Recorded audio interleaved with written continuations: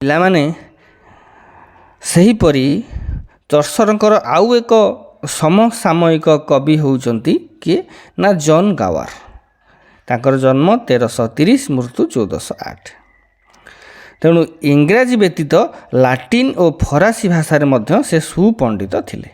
ଏହି ତିନି ଭାଷାରେ ସେ କାବ୍ୟମାନ ରଚନା କରିଛନ୍ତି। କେଉଁ କେଉଁ ଭାଷାରେ ନା ଇଂଲିଶ, ଲାଟିନ୍ ଆଉ ଫ୍ରେଞ୍ଚ, ଏ ତିନୋଟି ଭାଷାରେ ସେ କାବ୍ୟମାନ ରଚନା କରିଛନ୍ତି।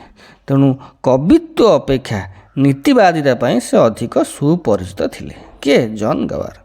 ଏଣୁ ଚର୍ଚ୍ଚର ତାଙ୍କୁ ମୋରାଲ ଗାୱାର ବୋଲି ମଧ୍ୟ ଡାକୁଥିଲେ।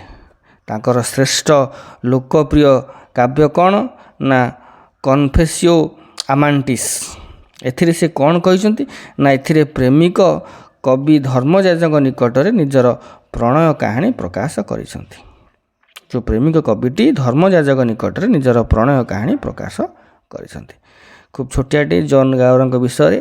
ଆଜି ପାଇଁ ଏତିକି। ପୁଣି ଦେଖାବ ନେକ୍ସଟ କ୍ଲାସ୍ରେ। ରହୁଛି। Have a good day.